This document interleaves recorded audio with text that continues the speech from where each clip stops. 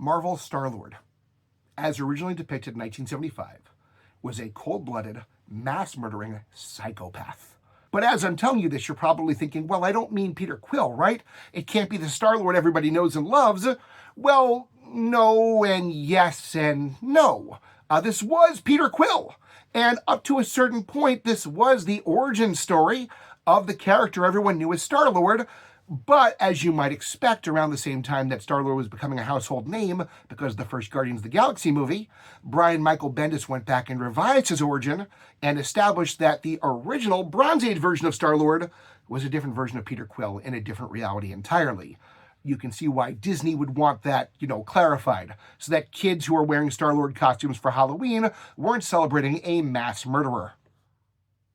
But prior to that point, this was Marvel's Star-Lord. This was the basic building blocks of the character that produced the Peter Quill we know and mostly love today. You might be mad at him about that whole issue with Thanos and Gamora, but otherwise he's a pretty well-loved character. He was very different in 1975. So let's talk about how that came to be. Essentially, Marvel in 1975 was a very ripe place for something bizarre and unusual to happen, both in good ways and in bad. You see, Marvel had been rapidly expanding, while at the same time not increasing its editorial oversight. When Stan Lee had been editing Marvel Comics, it was pretty easy. There were only a handful of books, and he was at least doing dialogue for each one, if not more, so it was very easy for him to see if a book was doing something it shouldn't do, or he could then pass it back and say, we got to fix or change this. However, once he left and Roy Thomas took over as editor-in-chief, and by the way, we did a CCF in Depth podcast episode about this you might want to check out. Pretty informative stuff. It really goes into detail about Roy Thomas's tenure at Marvel. It's actually my favorite episode of the podcast ever. But Roy Thomas realized very quickly as Marvel was expanding out its titles, he couldn't possibly oversee all of them while he was also writing a ton of titles at the same time too.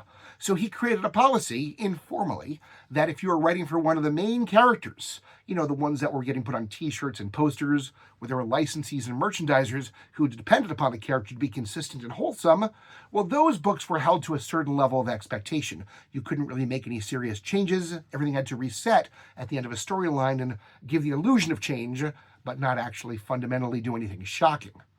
If you were writing one of the other books from Marvel, though, one of the ones that wasn't getting put on posters and t-shirts, you had a lot more freedom. There were only two rules you had to follow. Number one, it had to sell. And number two, it couldn't violate the Comics Code authority. You couldn't have violent crime, nudity, sex, things like that, drug use. Pretty much no-brainer stuff. So as long as you could follow those two rules, Roy Thomas wasn't going to come a-knocking. Nobody was really reading your comic. You had complete trust and freedom to do whatever you wanted to. Around the same time, also, Marvel was getting into the magazine business through Curtis Publishing. They had taken over. And essentially, they were creating these black and white magazines catering to a more adult base, and most importantly of all, also not overseen by the Comics Code Authority. So writers could be even more creative here, and truly nobody was watching at all. You still couldn't show full-blown nudity for a Marvel black and white comic, but you could come pretty darn close. You could show more graphic violence. You could do just about anything you wanted to, and still nobody was looking.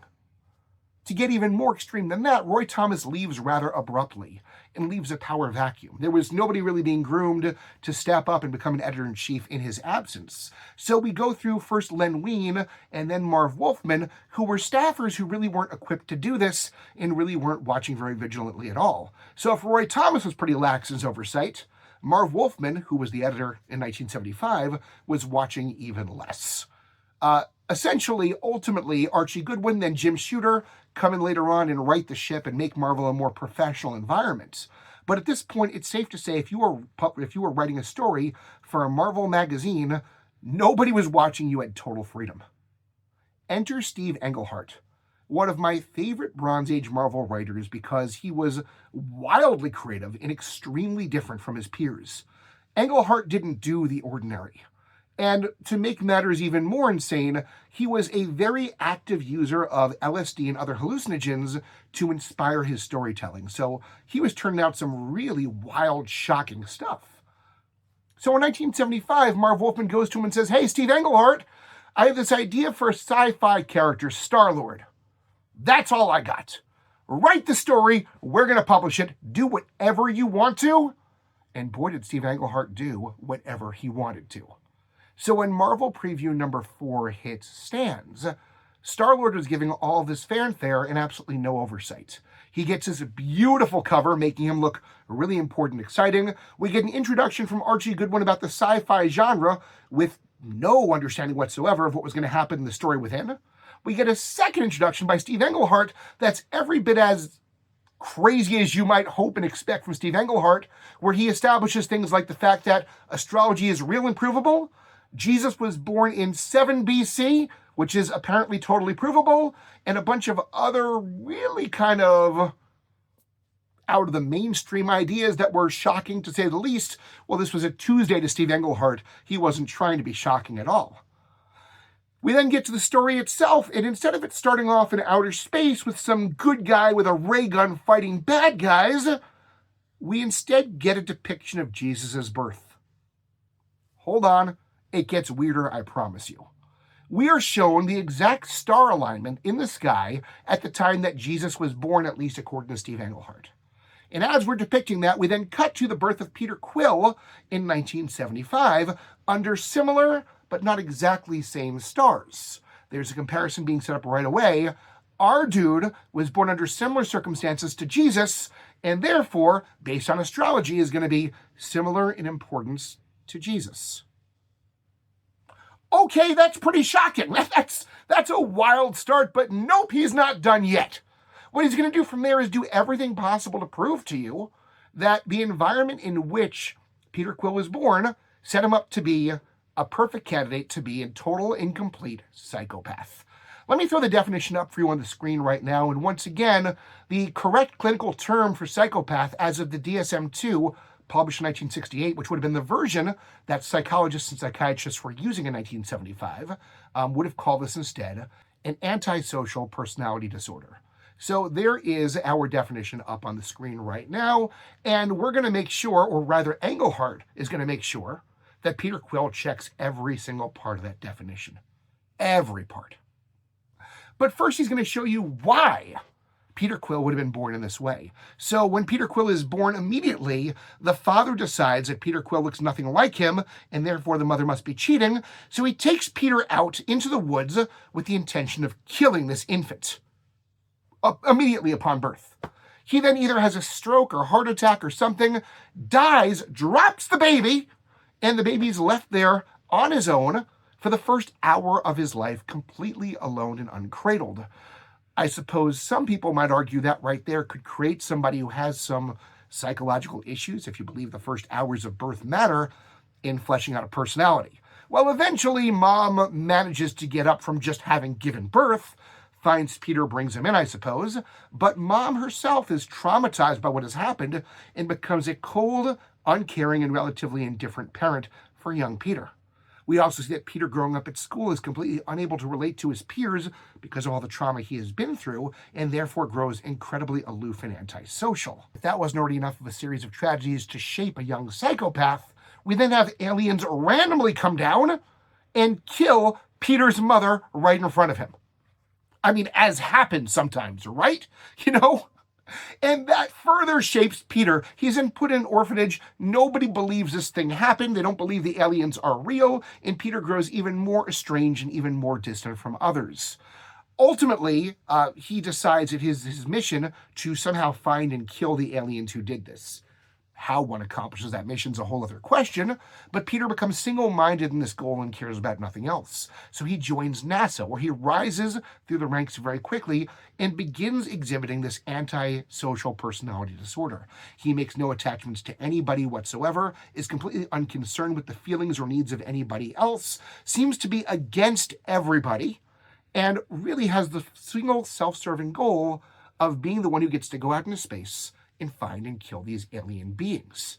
In fact, when he is first passed up to be on a space mission because he is too antisocial, he goes into an extreme tantrum and gets disciplined for it, at which point he learns he has to fake empathy for others, pretend to be a well-adjusted being for the single goal, once again, of getting out into space and killing these aliens. And that's where truly he starts to exhibit real psychopathic behavior.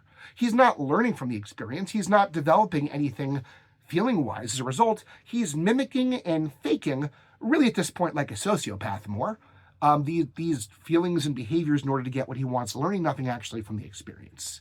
He finally gets put in the space station and is happy there, even though he's still not relating with others, when suddenly an alien force appears and reveals itself to the crew and says, one of you is going to be chosen to become the Star-Lord.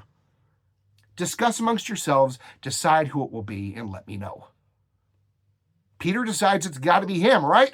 So, of course, he is passed up for this and flies into another extreme rage, gets disciplined for it, and then this is where he decides to go full-blown flipping murderer and kill everybody he needs to in order to become the Star-Lord. So without any empathy whatsoever, these people he's worked with for a long time now, he just guns down left and right in a premeditated manner. This is not a moment of passion. He plans this. And after the first bunch of bodies fall, he makes the choice to keep going and kill more people and kill more people. And I could discuss how well this eerily relates to things happening in our world today, but this is supposed to be a lighthearted YouTube channel, so I'm going to skip going there. You can make the connections yourself.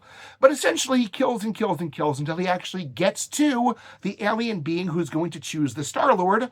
And this being appears as God, though he's not actually God, and he makes that clear. He's some higher-up being.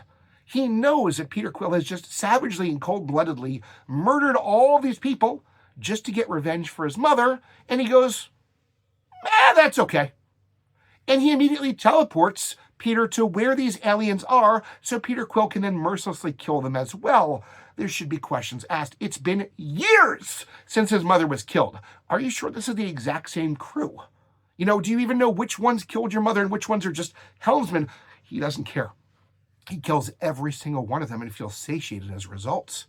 And in the very end of that issue, this godlike being says, hey, you ready to move on now and sort of, restart your life now you've gotten your revenge? And he's like, yeah! And that's where the issue ends. No repentance, no promise of any kind of growth or transformation. This guy who's exhibited every sign of being an actual clinical psychopath is presumably still a psychopath, now endowed with great powers and about to go off into space and do God knows what. Well, eventually someone at Marvel figured out what the heck Steve Englehart did. And surprisingly enough, Star-Lord does not appear in the next issue, nor does he appear anywhere else. After that huge send-off in Marvel Preview number 4, Star-Lord kind of is dead in the water for a while. And it's a good long time before he finally shows up in Marvel Preview again.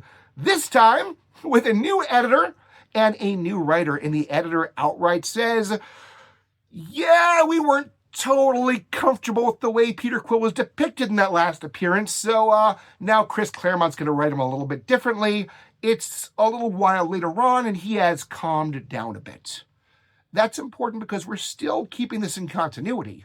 In the 1970s, there was no concept of a multiverse yet, or the idea that you can press a reset in a character and the fans wouldn't scream and crucify you for it.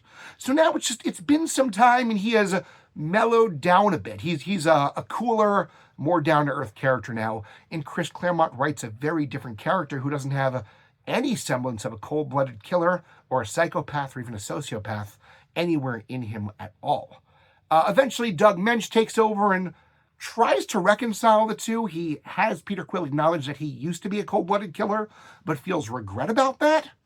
And then Claremont comes back and writes the character again, introduces the whole idea of the father who was actually a space god, which I guess explains why he didn't look like the father we saw in the first issue. And then Star-Lord goes through a very weird, bumpy, and uneven series of evolutions from there until finally Brian Michael Bendis gets control of him in 2013, and, well, we've covered that part already. But suffice to say, Star-Lord as originally written was utterly insane. It's hard to say what Englehart's game was in doing this, but Englehart was the same guy who, in one of my favorite Marvel Bronze Age stories of all time, had Doctor Strange fight a villain going backwards through time who gradually got more and more powerful, and at the beginning of time, we discover it's actually God. The Judeo-Christian God. This bad guy evolved into God at the start of the universe. Englehart was not afraid of controversy. He was not afraid of doing things that would shake people up and really should have created more of a outcrying response than it did, probably. I'm not knocking, I'm just saying it's kind of amazing people didn't have more of a problem with him. But obviously, in an age in which the Marvel Cinematic Universe is overseen by Disney, that Peter Quill wasn't going to fly. So he's been scrubbed from continuity. And, well, all I can say is go back and read that first story. It's, even though I've spoiled the whole thing for you, I promise you, it is a journey. It is, it's insane. It's kind of amazing this thing ever saw print, and that kind of thing only could have happened in the mid-1970s under Marv Wolfman in a black and white Marvel magazine. It's insane. It's crazy. And if you're not reading more Bronze Age Marvel, guys, that is the era of some of the most exciting, wildly creative, completely off-brand, innovative stuff you will ever see. This is a time period in which most of the Marvel office was getting high in one shape or another, working that into their writing. By the way, I'm not advocating drug use. Let me be clear on that one. But their stuff was trippy and strange and out there and anything but conventional. So if you ever get bored of the superhero genre and decide it's all been done before, clearly you need to go back and read some Bronze Age Marvel. That stuff is wild. I hope you enjoyed this episode. I hope I didn't shock you too very much. If you've read Bronze Age Star-Lord or have a love for any of those old Bronze Age magazines or any of the crazy stuff that happened at Marvel in the age of very little editorial oversight, I want your comments below. Talk to me. Let's talk about it. I was born in 1979. I missed this stuff as a kid, but I got to tell you, Bronze Age Marvel is the best. There's nothing quite like it. I'm a huge fan. And I hope you will be too if you haven't checked it out before. If you enjoyed the episode, please hit like and subscribe. That helps this channel grow immensely. If you want to do my heart good, I'd love if you guys would share the link, let other people know about the great work we're doing here. Maybe they'll enjoy the episode too. Maybe they want to know the dark side of Peter Quill. Hype us if you're feeling it. And of course, if you're looking forward to more deeper conversation that goes a little further than you can get in a YouTube comment section, you might want to find us at classiccomics.org, which is the website that we take all this from. It's my online home. I've been a member for over 10 years now, and it's not for profit. We're not making money off of you. It's really just about a bunch of really kind, friendly, knowledgeable nerds. There's a lot of us, by the way, looking for even more people to call friend. That's really the whole end game. So if you're looking to get to know some people online a little bit better, make some real relationships and friendships beyond just, quick likes and replies, come find us there. I think you'll find it's a really inviting atmosphere if you get your feet wet and say hi a couple of times. We'd love to get to know you at classiccomics.org. In the meantime, check out other episodes, maybe even other playlists. And of course, until I see you next Wednesday, because that's when I drop these episodes, stay weird.